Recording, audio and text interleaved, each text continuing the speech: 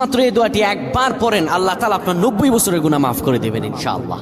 আপনার 90 বছরের গুনাহ মাফ হয়ে যাবে যদি মাত্র এই দোয়াটি যদি একবার পড়তে পারেন। আপনার ভাগ্য খুলে যাবে, রিজিকে বরকত আসবে, মনের ন্যাক আশা পূরণ হবে, আল্লাহ আপনার সব দোয়া কবুল করে দিবেন। সুবহানাল্লাহি ওয়া বিহামদি।